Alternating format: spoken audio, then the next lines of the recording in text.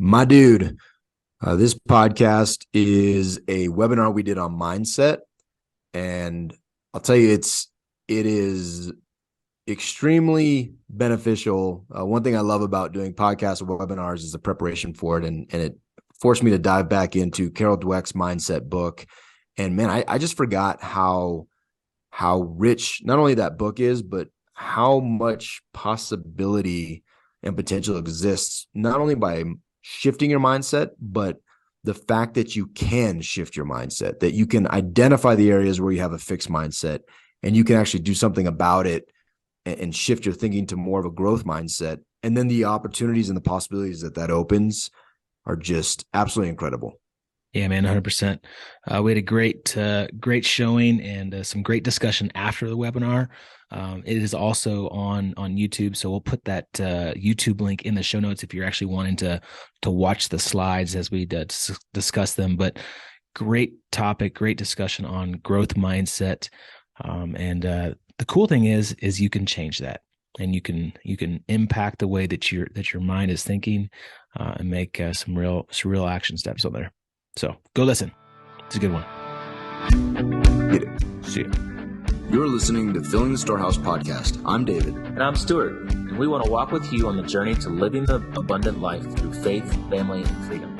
Our goal is to refine our why while helping you find yours. Together, achieve our best and highest purpose. In the end, we'll drive each other to intentionally fill our storehouse. All right, now, speaker forever, hold your peace. It's interesting. So you are currently sharing your screen, Stu. Is that right? No. Oh, gotcha. Okay, cool. I was off. like, I'm the only one that doesn't see it. All right. Hey, looks like we got a bunch of dudes here. Awesome. Hey, so man, really appreciate you guys taking some of your hard-earned time and spending it with us. Real quick, we'll just do a couple intros and then dive into this webinar. We started doing a monthly webinar, this Kinetic Living, choosing different topics every month and talking through some of the things that we're focused on, and not only in the mastermind, but just things that we believe are have been enriching to our lives. And we believe that it'll be information for you that'll be time well spent, value add. And if you implement some of these things today, I think it'll definitely enrich your lives and help you to get closer to where you want to be. So first, Stu, who are you? Oh man, who is Stu Grazier? So Stu, I am a born Texan, now Coloradan, claimed Coloradan. I'm a husband to my beautiful bride, Crystal. I am a father of two amazing children. I have an 8-year-old daughter and a 5-year-old son. I just retired out of the Navy. I spent 20 years there flying primarily helicopters, and then flew some Boeing 737s for a few years. David and I were college roommates at the Naval Academy, and we have been best friends ever since. I'm still looking for a new best friend, so if anyone is out there, I'm in that hunt. But we have started a few businesses together. I had a very entrepreneurial mindset growing up, and started some businesses on the side doing real estate. David and I started some businesses doing real estate. And so we've been in that adventure together. And we've now started another business, the Storehouse Mastermind. David, over to you. Yeah, thanks. And I'll tell you, it's a common theme. Stu's been looking for a best friend. He actually was looking for a friend for years, as long as I've known him. Personality is kind of grating, not really somebody that you want to spend a lot of time with. So that's why he's still on a search for a best friend. Hey, Steven, tell us who you are, bud.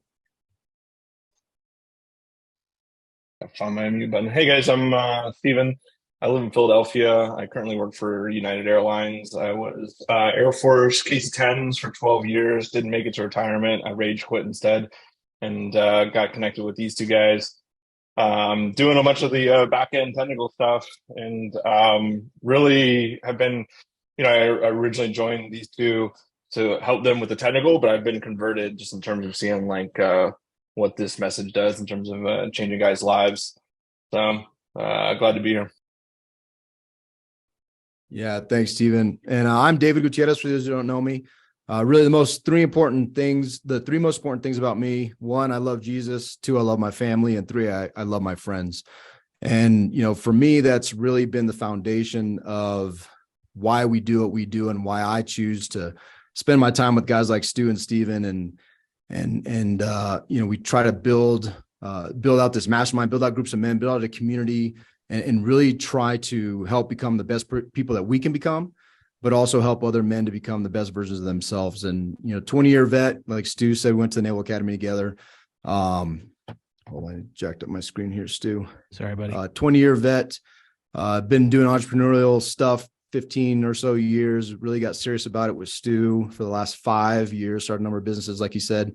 And that's what brought us to where we are today. And the focus of, the focus of the Storehouse Mastermind and really this business we're trying to build is really a community. And why we did that, like any good business, we have a mission statement, and it highlights what we were seeing in our own lives and also highlight what we were seeing in the lives of a bunch of just very high performing individuals, right? Whether they're senior military officers, whether they're entrepreneurs in different groups that we're part of, or just our general network. We were seeing men living without purpose, adventure, or meaningful relationships. And it was heartbreaking to see, it was heartbreaking to experience.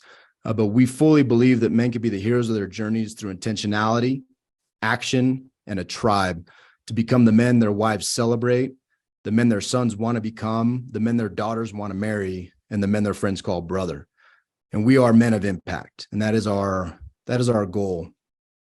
And while we, a lot of these things that we developed are very specific and deep dives into the men's mastermind, we also recognize that this message and that the intentionality, the study of these different topics are things that can really make anybody's life better. And so we started doing these webinars to share some of our takeaways and some of the conversations that we're having.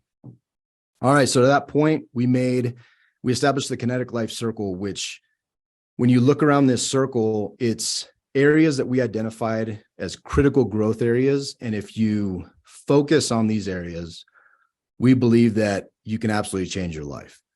And just being aware of these elements and intentionally seeking to understand and apply them is absolutely life-changing. So you can imagine if you're in a group of men talking about, family, well, there are some insights that you don't have, some perspectives that you don't have, and just a level of focus when you prepare to have a conversation about your family that'll open insights into your life. And we believe that happens throughout every topic on the circle. And so today we wanted to pull one of those out, and we're going to talk through mindset. Excuse me. Now, mindset is not only something that we believe is huge in personal development, but it's also a strong indicator of our potential. We also know, and research supports, that our mindset can be changed. It can be developed. It can be grown. It's not just where we are, a snapshot in time and how we've gotten to that place, but it's something that if we're intentional about and we address it, it's something that we can absolutely change and grow. Hit me with the next slide, Stu. All right. So what do we mean by mindset? There are a variety of studies, articles, books you can read and reference to establish a foundation of knowledge. And we've gone through a number of books. We've read the scientific journals. We've really tried to understand what mindset means, not only for us, but how do we apply it? How do we talk about it? How are we smart on it? How can we be a resource for others who are interested in mindset or looking to develop their mindset? And so most importantly, though, is how can your mindset be a basis for action and something that you can develop? With a quick, simple search, if you go in and Google mindset, the resources are plentiful. Right. I found articles on the 7 mindsets that will radically improve your life right now. And that author describes things like the self-trust mindset, the goal-setting mindset, patient, courageous, focused, positive, the learn mindset. There's another author who described 15 mindsets. He had 15 of them. Social, growth, fear, lazy mindset, the envy, the business, the dreamer, the follower, the greed mindset. There's the gratitude, the confident, the creative, the short term, the angry, and then, of course, the productive mindset.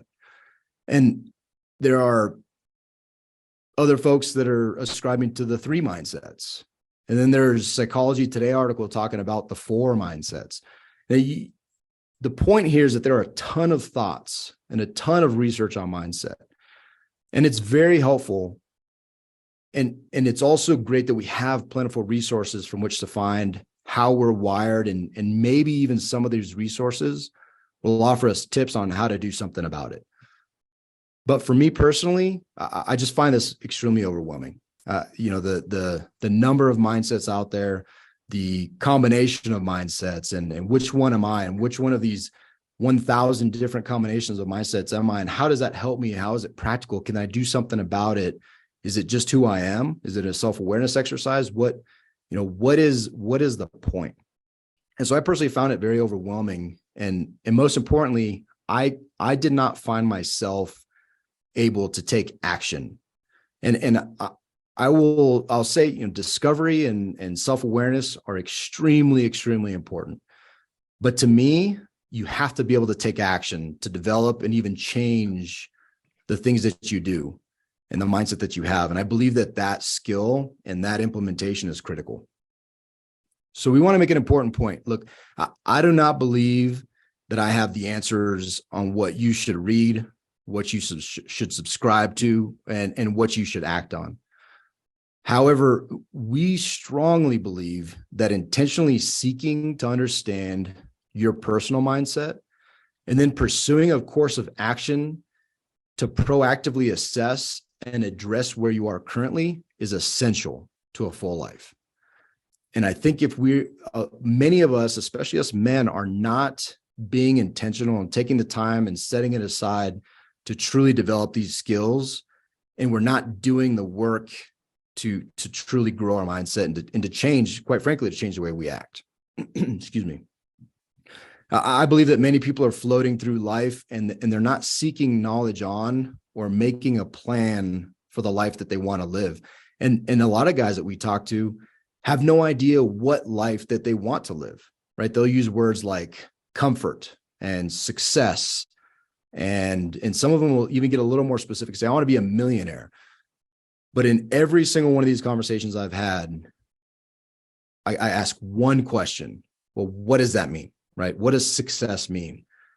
And I have yet, outside of our group of men who've really dove into these topics, I have yet to find the guy that says, well, success to me is defined by, X, Y, Z, and this is what it looks like. Comfort. What does comfort look like? I have no idea. I just want to be comfortable. Well, how do you shoot for a target that you have no idea what it means if you're not defined it, figured out where you are on that map and where you want to be? And so the key is to stop the floating, right? The key is to identify, define the life you want to live. And one big step in that is understanding your mindset. And you can alter your life by asking yourself these hard questions and then dedicating yourself to answer them and live the results. And I think there's a lot of power in that. We just need to do it. So mindset is an aspect fully within all of our power to understand and alter and serve us and our goals and our dreams. But again, it requires effort. So for us, and you'll see here, there's a picture of Carol Dweck's book, Mindset. After we've read several books and conducting our own personal research on mindset, we continually go back to this book, Carol Dweck's research in her book, Mindset. And I'll tell you what we love about her approach is not only the years of research that she's done to establish two mindsets, the growth and the fixed mindset, which is way easier to grasp, wrap your head around than 15, 20, 7, 4, 3, whatever it is.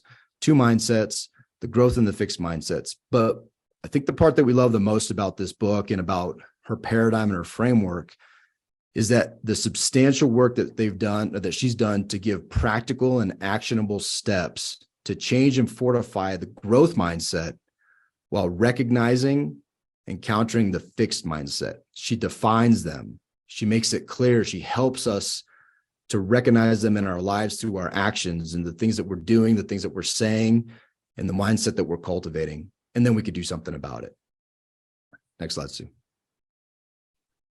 All right, so let's do a quick test. All right, and this was a test that I found in again that book, Carol Dweck's book, Mindset. So we're gonna determine which mindset you have through these 4 simple questions. Actually, there's 8. There's 2 tests. Answer the following question about intelligence and answer them honestly. I'll read them out, but they're on the screen, but I'll read them out for those of you driving. So there's 4 statements, and you decide which of them you mostly agree, or if you mostly agree or you disagree with each statement, okay? So statement 1, your intelligence is something very basic about you that you can't change very much. So your intelligence is something basic about you that you can't change very much. Do you disagree or you agree with that statement? Second statement, you can learn new things, but you can't really change how intelligent you are. So you can learn new things, but you cannot change how intelligent you are. Third statement, no matter how much intelligence you have, you can always change it quite a bit. So no matter how much intelligence you have, you can always change it quite a bit. And the final statement, you can always substantially change how intelligent you are. You can always substantially change how intelligent you are. Okay, so question 1 and 2, those are the fixed mindset questions. 3 and 4 are the growth mindset. Which did you agree with more? And be honest. What was your response to each of those questions? Okay. You can also be a mixture, but most people lean one way or another. You also have those beliefs about other abilities. And so what I'll challenge you when you have time is substitute the word intelligence for things like artistic talent or sports ability, business skill. These things that we believe are abilities, just substitute that in there and ask yourself the same question to figure out if you have a growth or a fixed mindset. Okay. Second test. All right, test 2. The next set of questions, these next set are going to address your personal qualities. So answer these questions about personality and character and tell which one you agree or most, say whether you agree or mostly disagree with each of these. Okay, the first statement. You are a certain kind of person and there is not much that can be done to really change that. Second statement. No matter what kind of person you are, you can always change substantially. Third statement. You can do things differently, but the important parts of who you are can't really be changed. And finally, you can always change basic things about the kind of person you are. All right, so question 1 and 3 are the fixed mindset questions, and 2 and 4 reflect the growth mindset. So which should you agree with more? And be honest, because this is being honest, some of them sound good and some of them don't, but when you relate with the question, you can get a baseline for truly where your mind is, what you tend towards. And on this second set, did it differ from your intelligence mindset? Because it can, right? Your intelligence mindset is all about situations involving mental ability. Excuse me. Your personality mindset is apparent in situations involving your personal qualities, like how dependable you are, how cooperative you are, how caring or socially skilled you are. The fixed mindset makes you concerned with how you'll be judged. The growth mindset makes you concerned with improving. So think about it. In your social interactions, are you concerned about how you perceive people perceive you, how you're being judged? And how important is that to you? Because it makes a big deal. It makes a big difference, and it makes a big deal on the way that you perceive how far you can go. And it also makes a difference on the actions that you're willing to take. So that's just a quick taste, and it goes way more in depth. But the simple exercise helps you understand your mindset in the beginning of potential change. So were you surprised by your questions? Were you surprised by your unfiltered responses? And I think it's an important step to just simply take, not good or bad. It just helps you to understand where you are and the way you think about things. And I'm also curious if you feel slightly more aware of how you tend to think. With 8 simple questions, again, this was what, 5-minute exercise. For me, this was extremely important because it just helped me to quantify how aware I am of the way that I think and the ways that I have a fixed mindset, the ways that I have a growth mindset. And again, more importantly, what do I do about it? Stu, over to you. All right. So what? So what do we do about it? What do we do to change our mindset? What if we saw that we had a fixed mindset and realized that we should probably start moving towards a growth mindset? Or what if we said we did have a growth mindset, and what if we want to just increase that growth mindset? So what do we do about it? So let's take a raise of hands just real fast. Right hand, raise it up as high as you can. Who wants to change? All right, as high as you can. Now, go a little bit farther. See if you can go just a little bit higher up, as high as you can.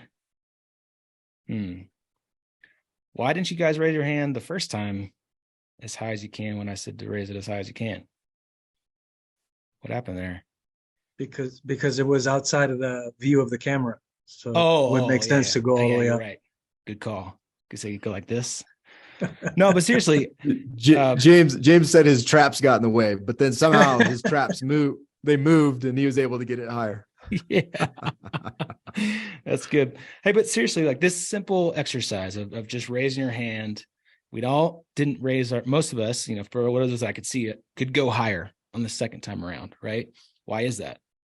The simple exercise proves that we all have some level of fear of discomfort or feel of being uncomfortable, or feeling like fear of like the unknown, or fear of stepping into adversity.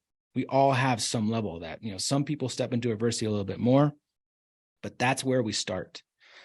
That's where we start with improving our growth mindset, changing from a fixed to a growth mindset.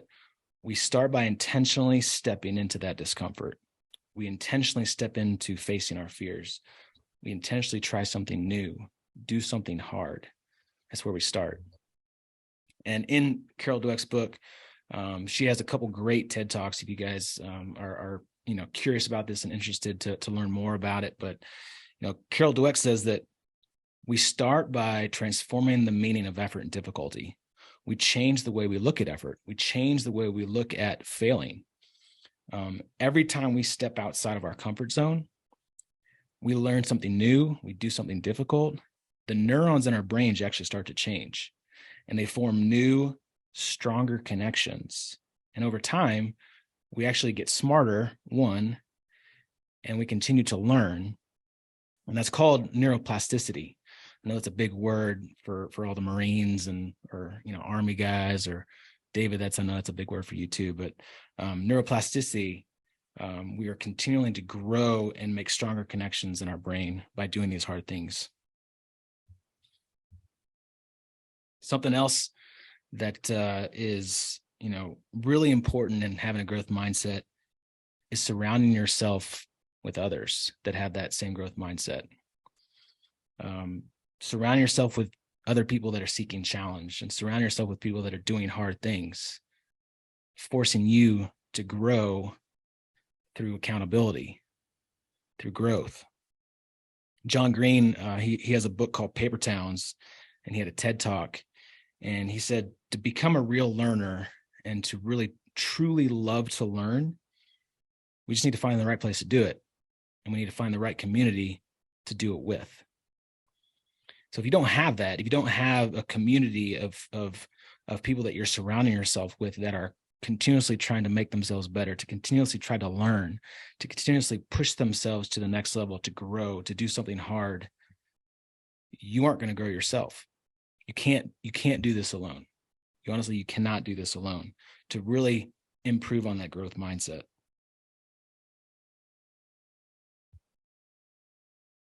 We also have to change the words. We have to change the words that we're talking to ourselves about. We have to change the words that we're telling others about. We have to change the words that we're telling our kids about, our family about.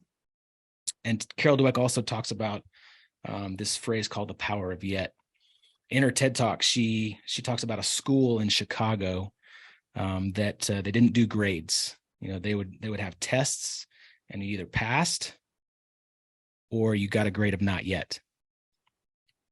And what was interesting about this school in Chicago is they had, when they did take, the national tests, the state tests, they outranked everybody.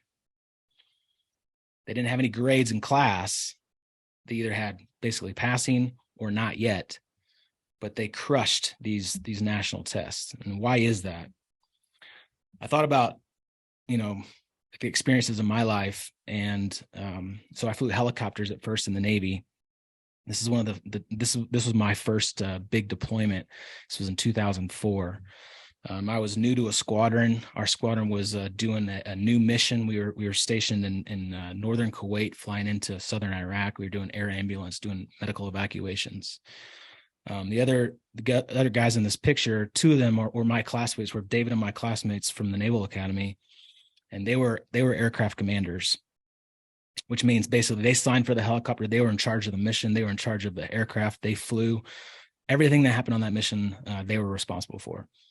I was not an aircraft commander yet. I had kind of gotten held up in flight school. I checked in late to the squadron in comparison to my classmates. And they held me back to go on this new mission, this new detachment.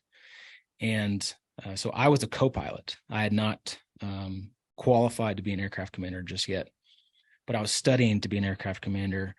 And my peers, my colleagues, were already signed up for aircraft and flying. To become an aircraft commander, not only do you have to have experience, you have to have your qualifications, a bunch of sign-offs, a bunch of training. You have to go through what's called a HAC board, a helicopter aircraft commander board. And typically they would have the commanding officer on that board. They would typically have like a pretty senior pilot, typically like a lieutenant commander, which is an 04 in the Navy, and a couple other aircraft commanders on that. And they would just grill you with questions. They would ask you all these hard, crazy, off the wall questions that could maybe happen if you were the aircraft commander and sign up for it. I was pretty confident myself because of just I was a little bit older of a co-pilot. My other colleagues were already aircraft commanders. I'd been flying for a while. Well, I got into this board, it was a practice board actually. And they actually had another 04, a lieutenant commander on the board. And he started grilling me with some questions I didn't know how to answer. And, I thought I was going to pass this board and go right into the next big board, next couple of days with my commanding officer so he could sign me off. And the lieutenant commander who was running this practice board, after we got done, he said, "You're not ready yet." And I was crushed. I mean, in my mind, it was a failure. I was ready to move on to get that sign off, that qualification. But this lieutenant commander, he didn't think I was ready yet. But it wasn't a fail. It wasn't you're done. You're never going to be an aircraft commander. It was, you're not ready yet. And I've thought about that. What it did for me was it motivated me to study more, to ask more questions, to get into the books, to put myself in situations, to think about every single situation that I could possibly be in as an aircraft commander. And it helped me understand that I am on this learning curve, and it gives me a path to the future. If you're not on this, living this life of yet, well, it's the opposite. It's basically the tyranny of now. And Carol Dweck talks about the tyranny of now being, that's basically a fixed mindset.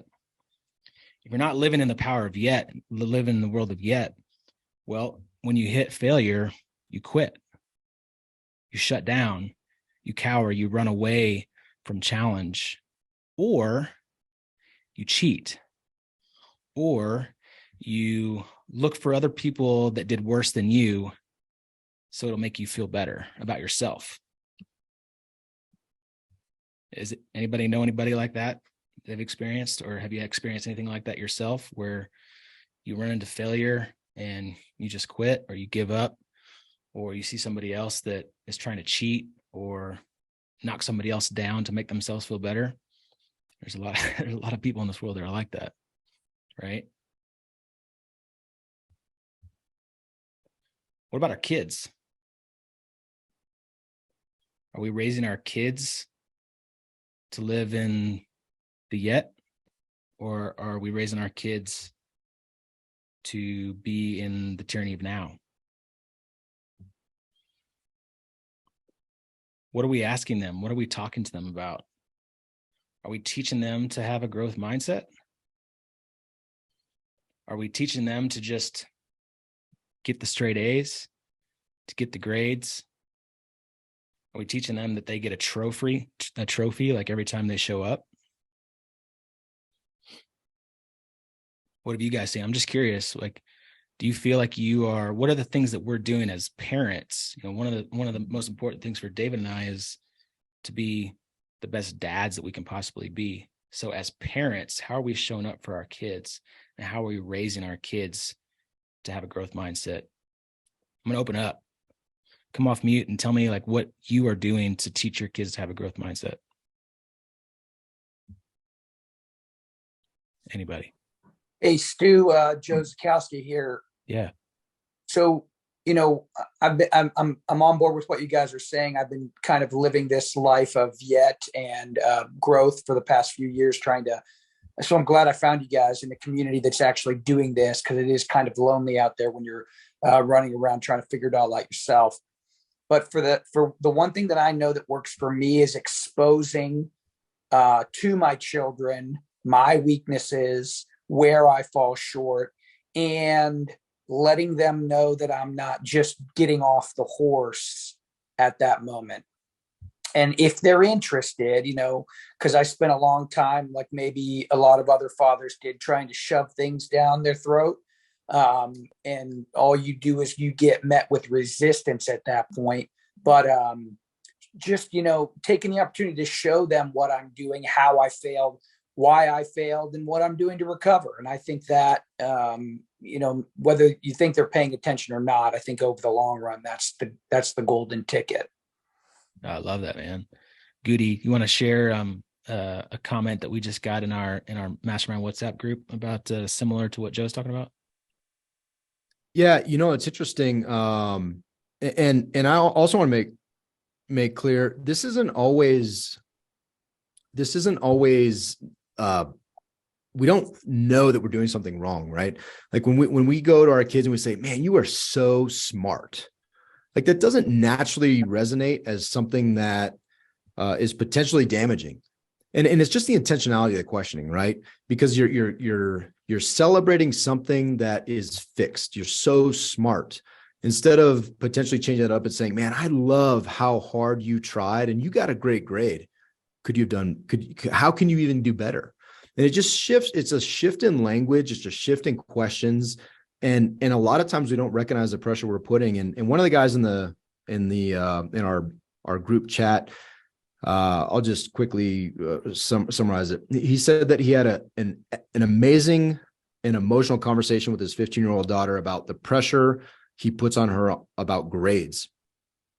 And she was taking my sincere but probably too frequent questions about grades in school, which are good, her grades are good, as a huge stressor. I do it because no one much cared about my grades, which were good. Lesson for me, don't necessarily overdo what was undone for me. Might be a different version of the same mistake. I'm grateful to have the dialogue and not have her fester in silence. So there's a number of things there, right? They've clearly established a relationship where they can have open communication, which is huge, which every father wants with their kid. But there was also this unspoken expectation that was being perceived to not be met based on grades, based on a final product. And it was something that he came to realization because his daughter came and spoke to him about it, which is a beautiful thing. But how many of our kids are not comfortable with that? How many of our kids feel that the grade is the most important thing? I know growing up for me, it was all grades. It was always what I brought home. It was never about the process, never about the effort. And that set a very specific mindset for me growing up. And that's just the power of parenting, right? That's the power of the questions that we ask. And it also, if we recognize in ourselves a fixed mindset, like, hey, grades are super, super important. Well, that's not a bad thing necessarily, but it at least enables us to say, okay, well, let me ask a follow-on question, or let me lead with, hey, are you working your hardest? And I've completely changed the way that I talk to my kids. And again, it's not letting them off the hook. It's not lessening the expectation for excellence, but it's driving home hey, you guys lost that game. What could you have done better? How can you prepare for the next time? You know, it's encouraging, but it's also challenging to the process, not necessarily the end result. Which I don't know about you guys, but how many of you have failed significantly more than you've succeeded? I mean, I know I have. Like, it's not even. I've never failed. I don't know what you're Yeah, talking because you don't try. Because you don't try. You're not the man in the arena. That's just a thing behind your desk. but it's important to recognize. I've been telling my kids that this is a message I've been harping on with my kids is, hey guys, we are going to fail so much in life, but we're going to fail forward, and we're going to come out better than we were because we learned something. What did we learn from the failure? And so it's just a changing slightly of the language and the focus, which has been completely empowering and quite frankly, life-changing to me and hopefully for my kids.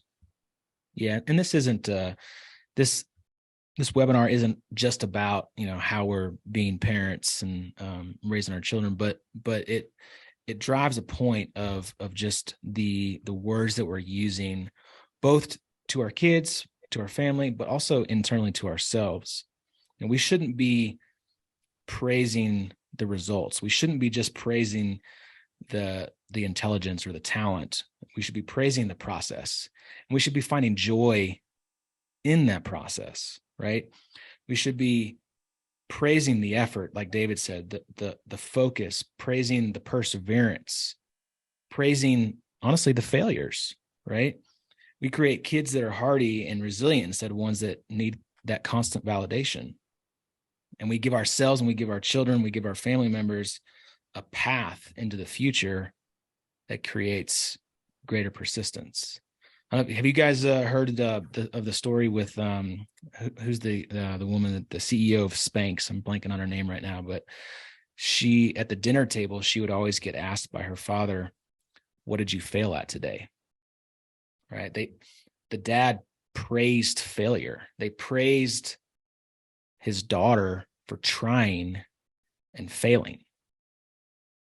So how are you showing up and having conversations at the dinner table or conversations with your children, talking into the car? We talk about that a lot in the Storehouse Mastermind. Like, what are you talking about with your kids when they're in the car? Because that's a prime time to be asking those questions.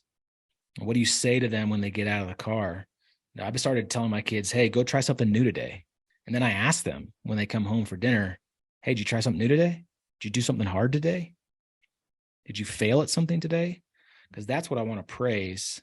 That's what I want to congratulate them on versus just getting an A plus 100 on that test, right? We want to get them into that growth mindset of always failing forward. Any other thoughts, any other ideas on that? With just internal words, internal stuff that we can be telling ourselves or out external to our kids? Hey, Stu, this is Jeff. Dave hit the nail on the head with something, and it's a question that we ask around our dinner table all the time, which is learn from that. Yeah. And especially in terms of, and then recognizing that failure is defined by us and the goals that we set, right?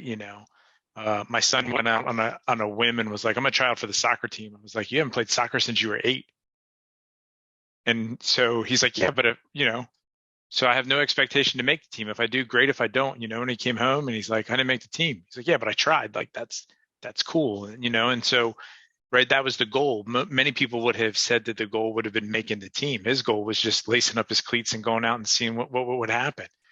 So how you define that goal and that question, what do you learn? What did you learn? What can you do different? Those have become 2 very big favorites at our house when we're trying to get the kids talking. And I find that by asking questions that start with what is a lot easier to get them talking and get them on a path other than how was school? Good. What'd you do at lunch? I ate. What's your favorite part of the day? Recess. It's good, man. I love it. Right. So one thing I have, Stu and David, that I just want to make sure that I think we're kind of walking that line where the participation trophy generation, and then I agree with the failing forward and learning from your mistakes.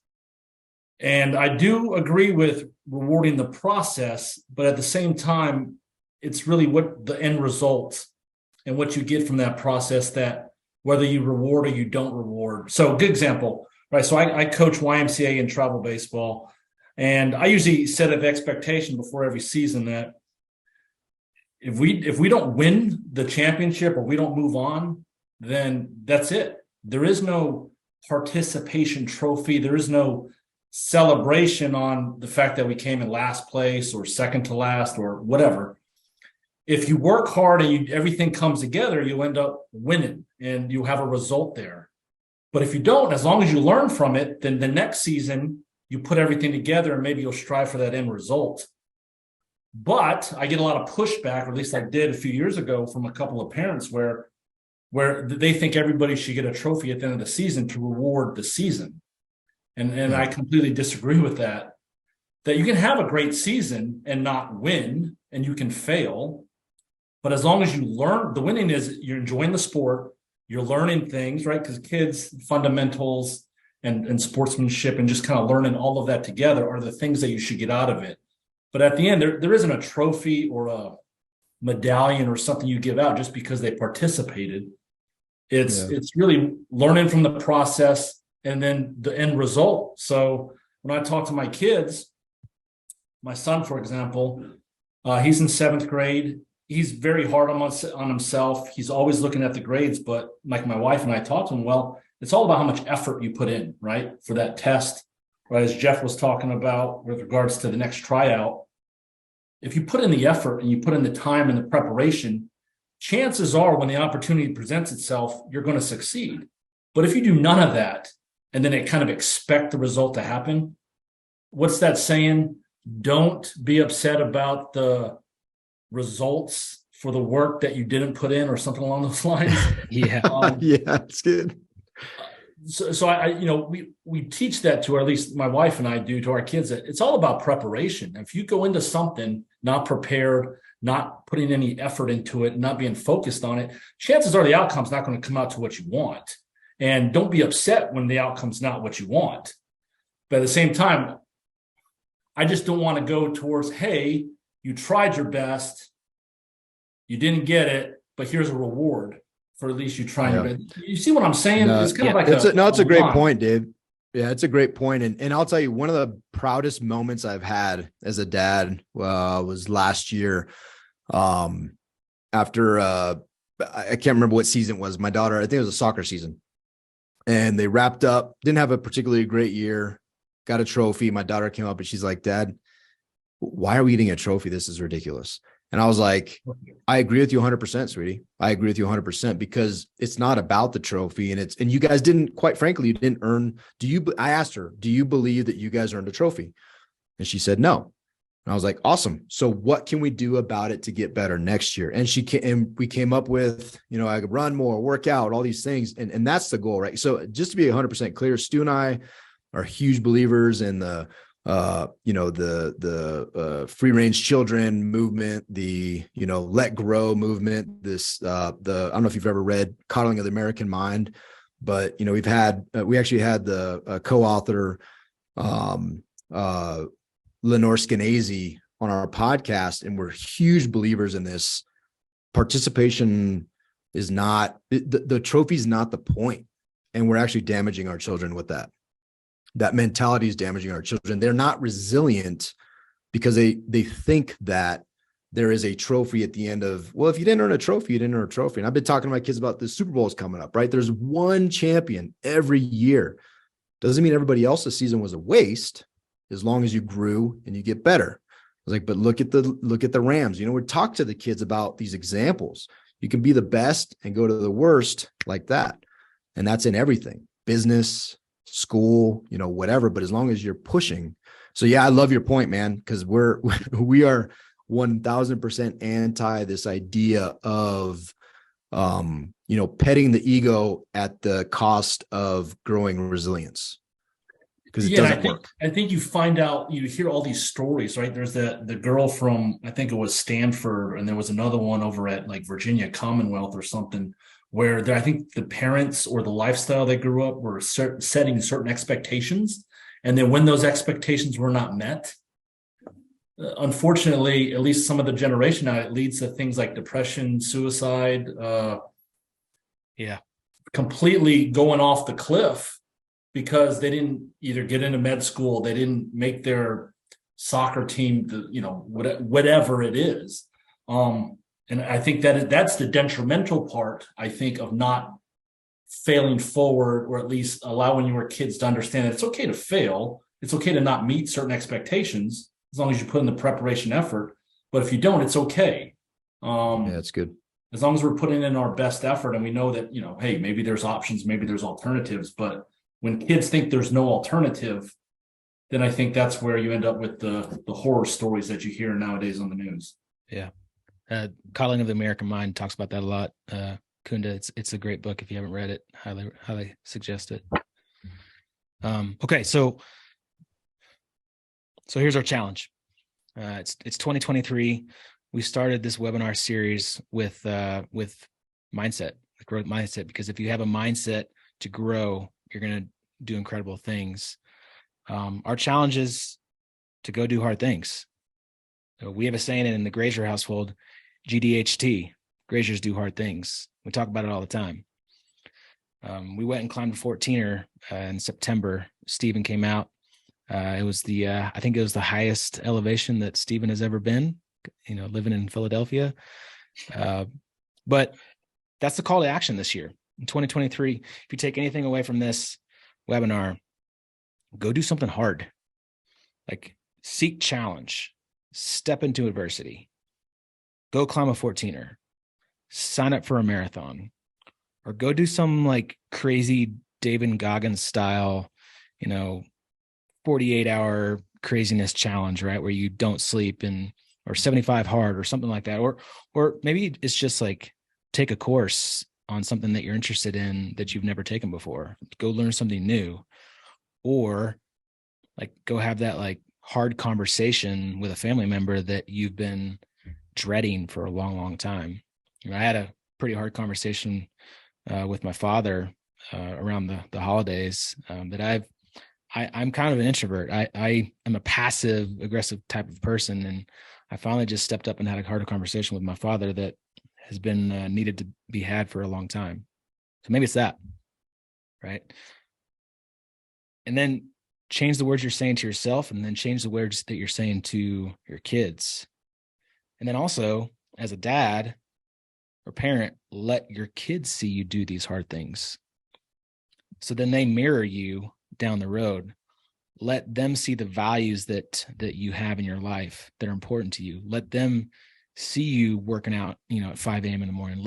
Talk about your climb on the 14er, so that motivates them later on down the road for them to go do hard things. Maybe it's you're saying whatever your last name is, we do hard things. Graziers do hard things. Gutierrez's do hard things. We roll our R's in our house. Gutierrez's do hard things. Gutierrez's yeah. do hard things. There you go. I like it. All right. That's one thing that I have a goal for, right? Like we were talking about this with a group of our men recently about like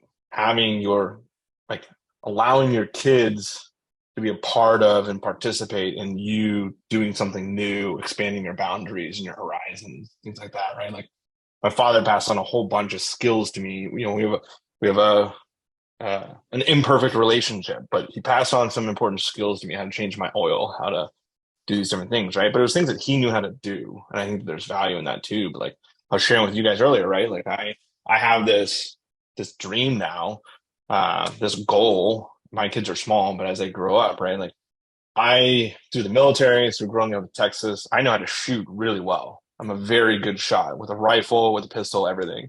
But I have never been like truly hunting, right? And so I have this like long-term goal of like, I want to learn how to hunt. It's going to require seeking out new friends, seeking out new skills, doing things that I have not done before, right? And doing those with my kids, so that when my kids are adults, right? Like I want to be that father that's 60 years old and my 40-year-old son takes me elk hunting later on because he's a better hunter than I am, right? It's like there's this aspect of like expanding your horizons and including your kids with you that I think I have started to learn as a parent. Well, you're gonna have to come out here to Colorado and climb some more 14ers, dude, to prepare for the elk hunts at altitude. Just throwing that out there. Yeah. United Hub, Denver. All right, man. Hey, we're wrapping up, but we want to leave you with a couple quotes that I thought were pretty impactful from Carol Dweck's book. The first one is, what are the consequences of thinking that your intelligence or personality is something you can develop as opposed to something that is fixed, that is a fixed deep-seated trait? So what are the consequences of actually thinking that your intelligence and your personality are something that you can develop, right? And I think that is extremely powerful, because just the recognition and the embracing of the fact that these are things that are in our power to change is power giving, it's life giving, and it gives hope that we can have a better future and we can become the people that we want to become. And then the second quote is, it's one thing to have pundits spouting their opinions about scientific issues. It's another thing to understand how these views apply to you.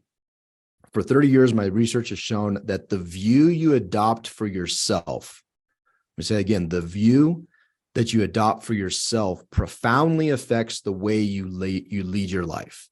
It can determine whether you become the person you want to be and whether you accomplish the things you value. So again, right, the view that you adopt for yourself has such a profound effect that it can determine whether you become the person you want to be and whether you accomplish the things that you value. And to me, those were just extremely powerful quotes, because it puts the power back in our hands. It puts the ball in our court, and we are able to and empowered to make significant changes. And we're not born into a situation, right? We are born into potentially an environment, but how we choose to manifest and to change and to act on that's on us. That's in our power. So finally, just how do these things make you feel? And more importantly, do they encourage and inspire you that change and growth is possible? And our hope that this conversation at least opens a chapter of self-exploration, but also of action taking. So I really want to thank you guys. Thank you, everybody, for joining. Thank you for your contributions. And if you'd like to connect with us, here's a couple of ways on the slide. You can find us on the socials, LinkedIn. We have a podcast, Filling the Storehouse, that you can listen to, and check out our website. It's storehouse310.com, and it just kind of gives you some insight into things that we're focused on, that we're doing. And there's an amazing group of dudes that we've surrounded ourselves with that have really helped refine and challenge us to be better dudes. Awesome.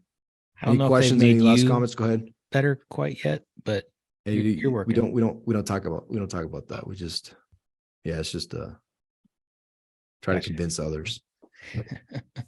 Awesome. So we'll I mean, this is kind of the end of our chat. We'll keep it open for a couple minutes here. We have about 8 minutes left until the middle of the hour. But guys, thanks for joining us. I'm gonna hit the stop record button, but we can hang out and chit chat, reconnect, answer questions, whatever you guys want to do. But feel free to jump off if you want to. Thanks for coming, guys. Hey, did you guys find this useful? I mean, anybody chime in? Did this open any perspectives that you potentially hadn't considered previously?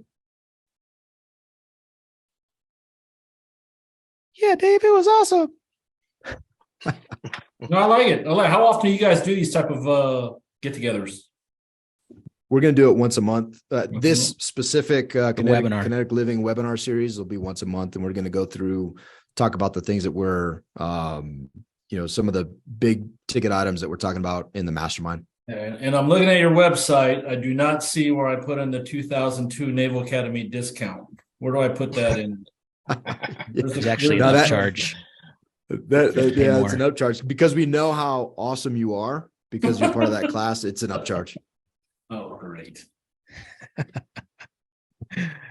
So next month we're going to do these generally the first Monday of every month. We didn't do it the first Monday in January because that fell on I think the second, and these two old men were still recovering on that close to the New Year. So but I think the next one should be the first Monday, and the plan actually right now is it'll be like intimacy, which is talking obviously February. That one is like chock full of actionable things you can walk away from. We've got some guys that are really amazing at coming up with some clever ideas that high impact, low cost, low effort type of ideas. So hey, Dave. Yes, sir. And Stu, I'll add something. Yeah, please. Just from my own experience in the last year, when you get together with a group of men like this, all very, very, successful in different walks of life, you get more comfortable being vulnerable, opening up, and noticing that some of the things that you may have, you dealing with in secret, most of us are dealing with it, right? You just push it down. I don't want to deal with that. I'm supposed to be strong. This is, that sort of thing, especially if you're leading people. It's not, you don't have people, peers that you could go to and, admit in a forum that, hey, they wrestle with the same thing. Even though they're successful in other areas of their lives, they still want to grow. They still want to work on some things that they not. One of the things with me, I think I've been very successful in my life. I'm very positive and have a growth mindset, but it doesn't mean that I don't have this proclivity to,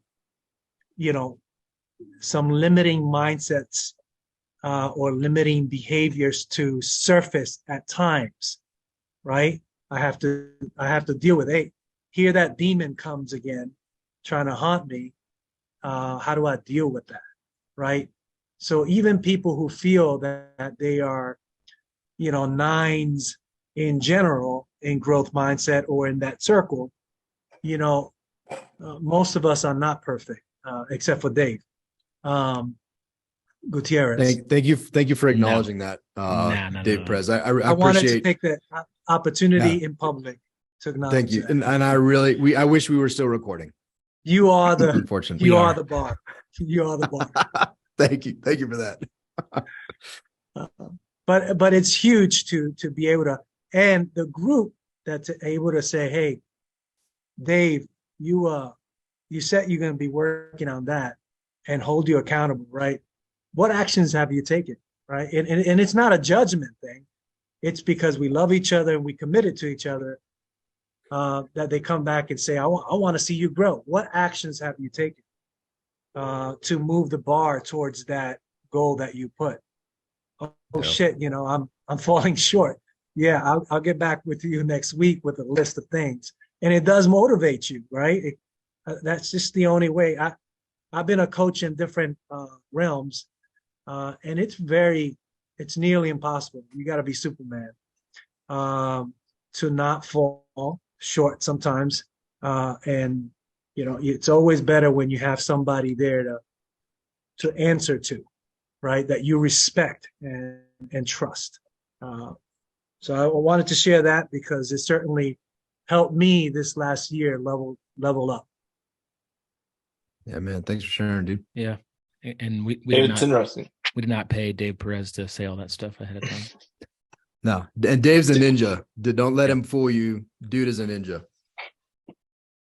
Dave, what you said actually made me think of something like, you saying like, I'm successful, but I still have like limiting mindsets. I wrote down in my book here, like, I'm curious in the next 24 hours, like I'm going to try and call out one limiting mindset that I find, like just as like a takeaway to think about this thing for 24 hours. Because all of us can find one.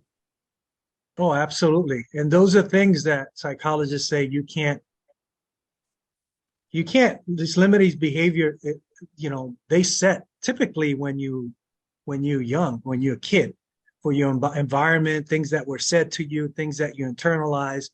So you could reframe, you could build other mindsets to strengthen. But, awareness is step one to start improving on those things. And that's what comes out here, right? Feeling safe, where no one's going to judge you. And say, James is number one guy to admit all the failures and all the shortcomings, right, James? No, but seriously, when he does, I'm like, damn, I'm not as honest. Yeah. I'm not as honest. I need to step up my game and be more vulnerable and more honest, because that's what a man is all about, right? Having the courage to say, I wasn't that good, or I make these mistakes, I fall short all the time. Dave, what you were saying about upper limiting beliefs is interesting. I read a book not too long ago called The Big Leap by Gay Hendricks, and it really got me inspired to. I started talking to my kids about upper limiting beliefs too. There are so many times I fell victim to it, and well, I'm only going to be able to do that because that's all I've ever been able to do, right? I'm 40 some odd years old, so the best I could hope to do is just finish a 10K, never mind be competitive or whatever it may be, right? Like, is that really where your limit is, or is that where you just assume the limit is? And here in the trap or the box we set ourselves into, and then how you frame that for yourselves in terms of goal setting and things like that, I think is so huge. But it was when I read that book, The Big Leap, and it's a little hokey, but there's a lot of good stuff in there. It really opened my eyes to that too, and then trying to open my kids to that, like why? Why do you think that that's as good as you can do? Go out and try it. What's the worst that happens?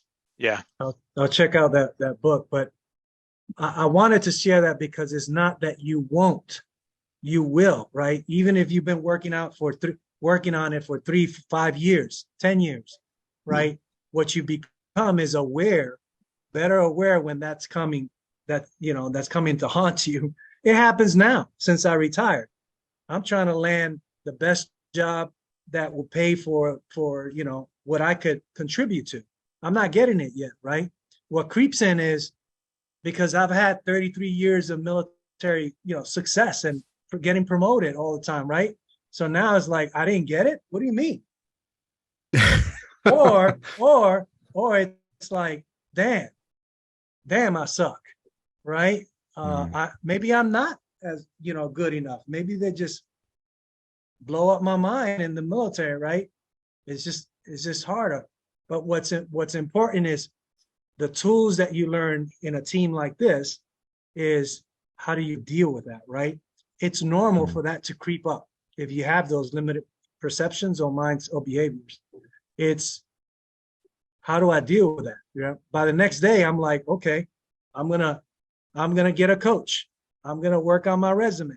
I'm going to target, my network, right? Because that's what's going to lead to success. Not saying, fuck, these people don't honor veterans, or blaming someone else, right? That's not going to land me a job. Or saying, oh, I'll take an $80,000 job. That's not going to work either. Tim, what were you going to say? I'm right with you there, Dave. First thing I noticed, why are all these O2 USNA guys in here? Like, what is the deal? We're awesome. So we're handsomeness is one. I like your haircut, David. But I was thinking about, Dave Perez, what you said, the tendency to not want to admit our failings or not want to face them head on, or like somebody else mentioned during the webinar, that expose them to your children. That's something that probably most men have a tendency to try to avoid, right? Like, you don't want to be seen as weak, you don't want to be seen as incapable or incompetent or something like that.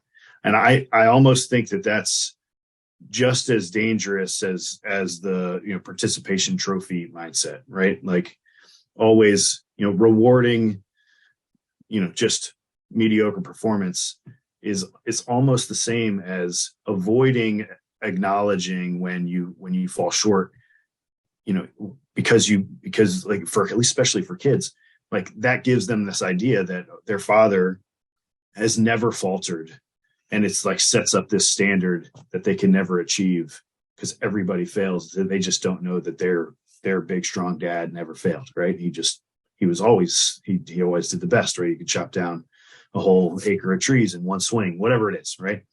And so that's what your talk there made me think of. So I just wanted to share that. That's awesome, man. Yeah, we had a guest. It's not going to drop for a couple of weeks, but his name is Tim Shields, and he wrote a book called Family Board Meeting. I highly recommend it to everybody in here. Great book.